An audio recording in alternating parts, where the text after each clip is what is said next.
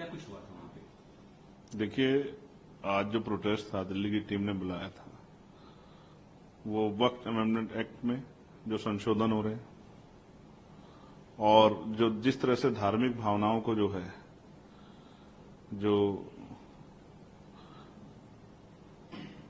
ईष्ट हैं धर्मों के, उनको के खिलाफ जिस तरह की टिप्पणियां की जा रही हैं, देश को अस्थिर करने का, माहौल खराब करने का काम जो किया जा रहा है, जिस तरह से चाहे हिमाचल हो या बहराइच में जो है एक तरफा कार्रवाई की जा रही है, टारगेट किया है, लोगों के घर जलाए गए, उनके मुआवजे का क्या होगा, मैं वहां जाना भी चाहता हूं, उसके लिए भी पार्टी जो है प्रिपरेशन कर रही है।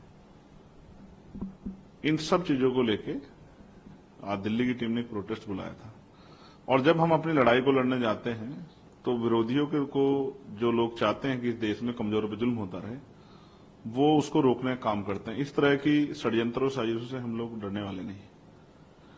मैं यह स्पष्ट कर दूं कि चाहे कितने भी षड्यंत्र साजिश कर ले जाए, जब कमजोरों के खिलाफ जुल्म होगा, उनकी धार्मिक भावनाओं को या किसी भी धर्म की धार्मिक भावनाओं को अगर भड़काने का या उनको प्रकोप करने का काम किया जाएगा, तो फिर मैं संविधान के आधार पर उस लड़ाई को लड़ने का काम करूंगा। या किसी एक धर्म के खिलाफ एक तरफा कार्रवाई, हिंसा जिस तरह की बहराइच में देखने को मिल रही है, मैं पहला शख्स था जिसने जिस बच्चे की जान गई है उसके लिए कार्रवाई की मांग की। साथ साथ उस कार्रवाई की आड़ में जिस तरह बुलडोजर की कार्रवाई को अंजाम देने का सरकार प्रयास करे, सुप्रीम कोर्ट के ऑर्डर के बाद भी नए नए कानूनों की बात करके, ये भी किससे छिपा हुआ नहीं कि इनका एकमात्र मकसद जो है एक बड़े समुदाय में भय पैदा करना है, उनको डराना, क्योंकि वो सरकारें भी जानती हैं कि उनके लिए उनके पक्ष में बोलने वाला कोई है नहीं। तो सर, बहराइच में जो हिंसा हुई उसके बाद जो पकड़ा वो नेपाल भागने की फिराक में थे, उस पूरी घटना को आप कैसे देख रहे हैं?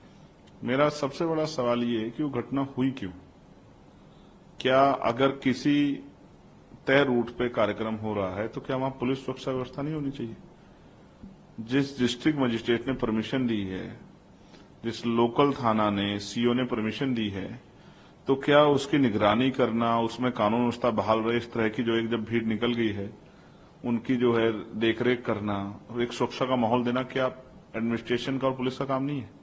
तो ये सरकार का फेलियर है, ये पुलिस का फेलियर है, एडमिनिस्ट्रेशन का फेलियर है। और उसकी वजह से जिस तरह के हालात बने, और अब जो है एक बहुत बड़ी हिंसा जो है गरीबों के जो घर जलाए गए उसके रूप में, या जो इस तरह से अब जो है एक तरफा कार्रवाई की जा रही है, बुलडोजर कार्रवाई की जा रही है भय पैदा करने के लिए, इनसे स्पष्ट होता है कि उत्तर प्रदेश में न्यायपालिका की कोई जरूरत नहीं है। अब सरकार कानून होगी और सरकार के हिसाब से ही कानून व्यवस्था चलेगी। ऐसा जो है माहौल मुख्यमंत्री योगी आदित्यनाथ जी बनाना चाहते हैं। एक बयान योगी जी देते हैं, बटेंगे तो कटेंगे, इस पे इसको आप कैसे देखते हैं उनके इस बयान को? भारत में जो हिंदू धर्म की धार्मिक व्यवस्था है उसमें ऊंच नीच है,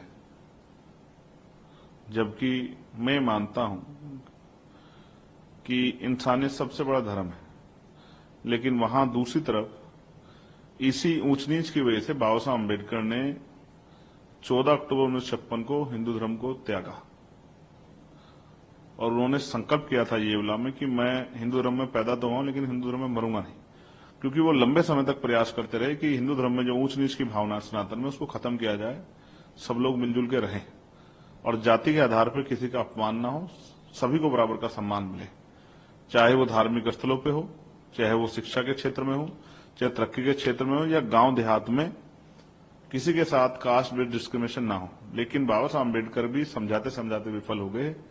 तो मुख्यमंत्री जी को, और मैंने कहा था कि आरएसएस प्रमुख को और प्रधानमंत्री जी को सबसे पहले काम ये करना चाहिए कि आज उनके पास पावर है तो जाति विहीन समाज बनाने की व्यवस्था करनी चाहिए। फिर बट नहीं पाएंगे, कटने की स्थिति तो बनेगी नहीं।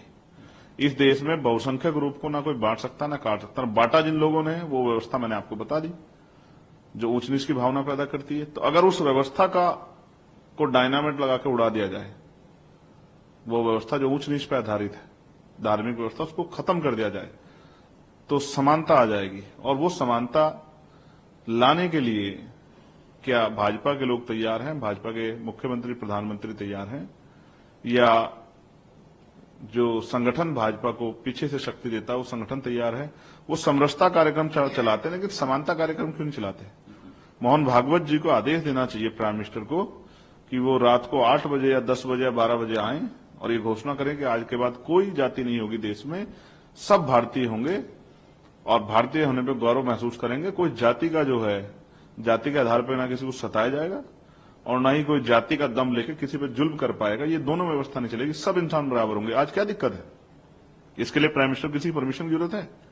इसके लिए ना पाकिस्तान से परमिशन लेनी है, ना अफगानिस्तान से परमिशन लेनी है, ना इजराइल से परमिशन लेनी है, ना चाइना से परमिशन लेनी है, ना बांग्लादेश से परमिशन लेनी है। तो हमारे देश का मामला है और आप पावर में हैं। आप ऐसा तो नहीं पावर में नहीं है। जब आप इनको नहीं चाहते बंटना दे, तो बंटने की शुरुआत कहां से हुई है? बंटने की शुरुआत उस धर्म के आधार पर जो व्यवस्था बनी उससे हुई है, जो छोटा बड़ा ऊंच नीच की भावना पैदा करती है। तो इस भावना को सबसे पहले खत्म करना पड़ेगा, तभी शायद मुख्यमंत्री बात कहें तो अच्छा लगेगा।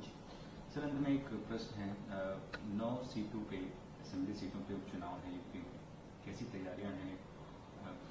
कोई स्टेट की टीम अपना अपना काम कर रही है और जहां तक उत्तर प्रदेश की मुझे जानकारी है, वहां प्रदेश की टीम ने शायद 9 सीटों पर अपने उम्मीदवार घोषित कर दिए हैं।